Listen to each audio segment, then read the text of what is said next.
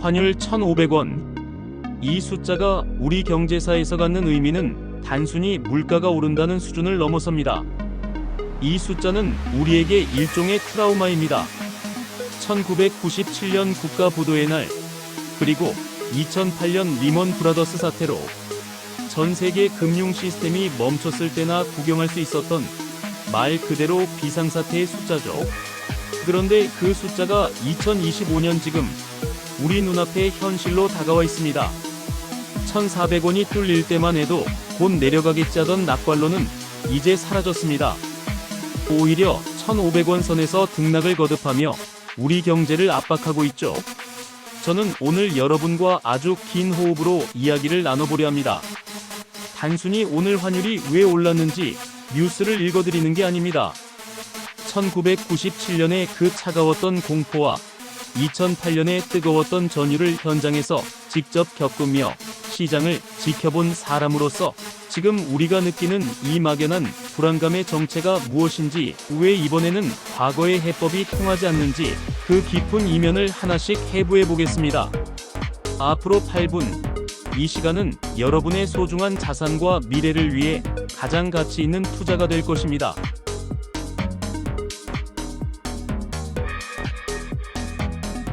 먼저 많은 분이 걱정하시는 질문부터 시작하죠. 제2의 IMF가 오는가? 결론부터 말씀드리면 현상적으로는 비슷해 보일지 몰라도 그 내면을 들여다보면 완전히 다른 괴물입니다. 1997년 외환위기는 단기 외채가 문제였습니다. 빌려온 달러는 많은데 당장 갚을 달러가 없어서 부도가 난 일종의 흑자부도 성격이 강했습니다. 2008년은 어땠나요? 미국의 서브프라임 모기지 사태로 인해 전 세계의 신용이 마비된 외부 충격이었습니다. 하지만 지금 2025년의 환율 상승은 우리 내부와 외부의 구조적 결합에서 옵니다. 과거에는 환율이 오르면 수출 경쟁력이 생긴다며 반기는 목소리라도 있었습니다. 하지만 지금은 어떤가요? 환율이 1,500원을 찍어도 수출이 폭발적으로 늘지 않습니다. 왜일까요?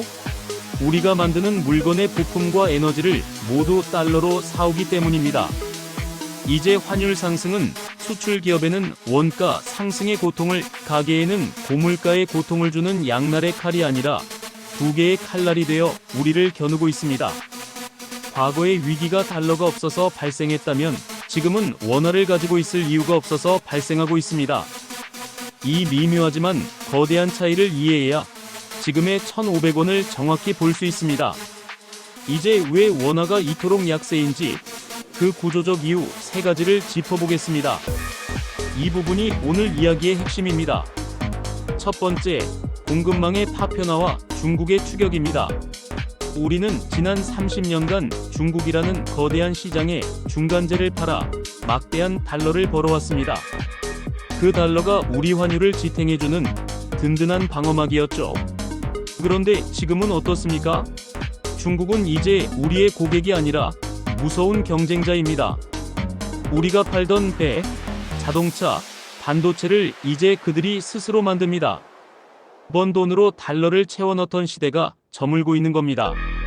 두 번째, 자본의 대이동입니다. 여러분, 요즘 주위에서 국내 주식하는 분들보다 미국 주식하는 분들이 더 많지 않나요? 이건 단순한 유행이 아닙니다. 개인 투자자부터 거대 연기금까지 한국이라는 좁은 시장을 벗어나 더 높은 수익을 주는 미국으로 자본이 빠져나가고 있습니다. 한국 사람이 한국 돈을 달러로 바꿔서 밖으로 나갑니다. 이건 외압에 의한 유출이 아니라 자발적이고 구조적인 탈원화 현상입니다. 세 번째, 성장 엔진의 노후화입니다. 인구 문제를 말하지 않을 수 없습니다. 시장은 6개월, 1년 뒤를 보는 곳이 아닙니다. 10년, 20년 뒤를 봅니다. 세계에서 가장 빠르게 늙어가는 나라, 잠재 성장률이 0%를 향해 가는 나라의 통화를 누가 장기적으로 보유하고 싶어 하겠습니까? 1,500원이라는 환율은 어쩌면 세계 시장이 한국 경제의 미래에 매긴 냉정한 성적표일지도 모릅니다.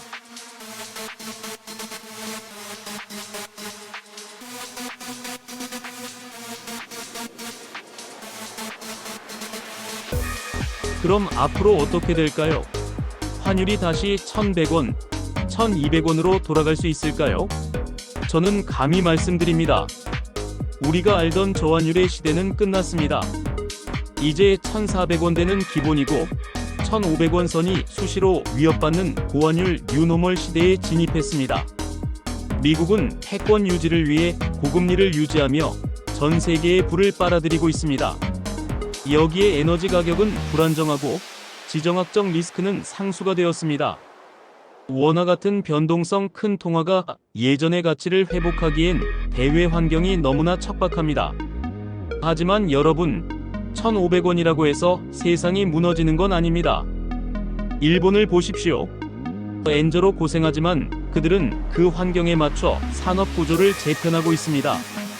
우리에게 필요한 건 언제 환율이 떨어질까를 기도하는 것이 아니라 1,500원 시대에 어떻게 살아남을 것인가를 고민하는 전략적 사고입니다. 긴 시간 함께 해주셨습니다. 이제 정리를 해보죠.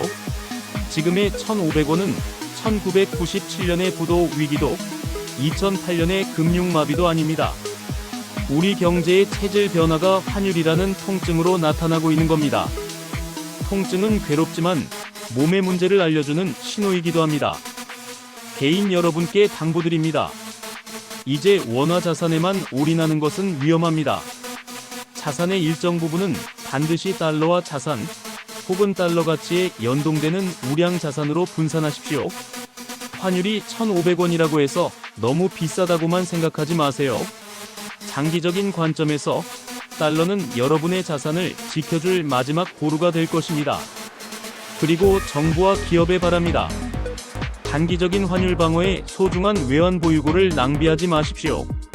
근본적인 해결책은 원화의 매력을 높이는 것, 즉 우리 기업들이 다시 세계 시장을 압도할 혁신을 보여줄 수 있도록 정부는 기업의 혁신 성장에 아낌없는 지원과 선진화된 기업 정책이 필요합니다. 저는 지난 30년간 수많은 위기를 보았습니다.